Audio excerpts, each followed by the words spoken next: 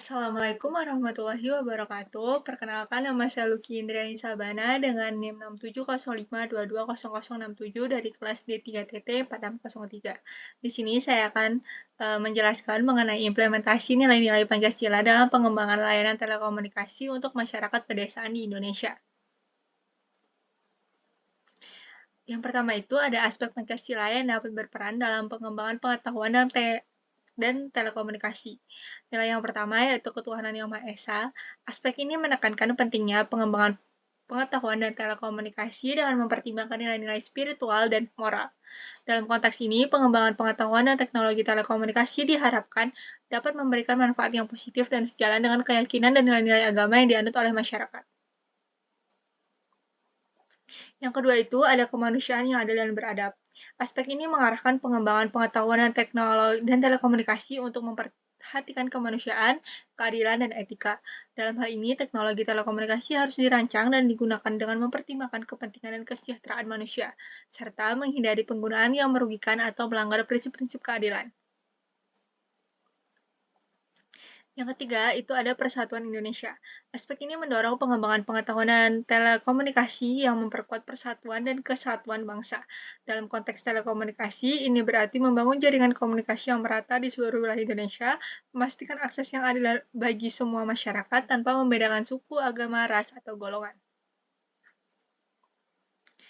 Yang keempat, itu ada kerakyatan yang dipimpin oleh hikmat kebijaksanaan dalam permusyawaratan perwakilan. Aspek ini menggarisbawahi pentingnya partisipasi aktif masyarakat dalam pengembangan pengetahuan dan telekomunikasi. Dalam hal ini, pengambilan keputusan terkait regulasi dan kebijakan telekomunikasi harus melibatkan perwakilan masyarakat dan berdasarkan musyawarah untuk mencapai keputusan yang berkeadilan dan mewakili kepentingan masyarakat. Yang kelima itu ada keadilan sosial bagi seluruh rakyat Indonesia. Aspek ini menuntut pengembangan pengetahuan dan telekomunikasi untuk menciptakan akses yang adil dan merata bagi seluruh masyarakat Indonesia, termasuk yang berada di daerah terpencil atau masyarakat yang kurang mampu. Pengembangan teknologi telekomunikasi harus mempertimbangkan kebutuhan masyarakat secara keseluruhan, sehingga dapat memberikan manfaat yang merata dan mengurangi kesenjangan digital. Selanjutnya itu adalah tantangan yang dihadapi dan upaya yang telah dilakukan untuk meningkatkan aksesibilitas telekomunikasi di wilayah pedesaan. Tantangan dalam akses telekomunikasi di wilayah pedesaan itu yang pertama ada infrastruktur yang terbatas, keterbatasan daya listrik, keterbatasan pendapatan, dan kurangnya kesadaran dan literasi digital.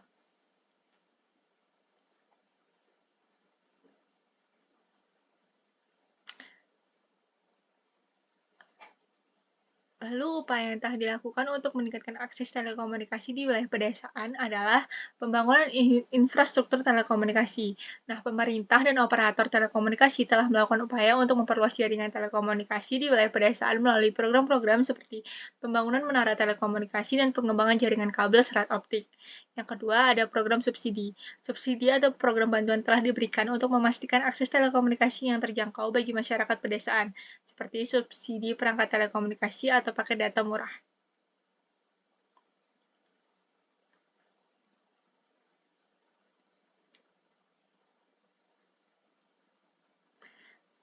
Lalu kesimpulan dari implementasi nilai-nilai Pancasila untuk jaringan telekomunikasi di pedesaan adalah kesimpulan ini menunjukkan bahwa meskipun ada upaya yang telah dilakukan untuk meningkatkan akses telekomunikasi di wilayah pedesaan, masih ada tantangan yang perlu diatasi dalam menghadapi tantangan ini.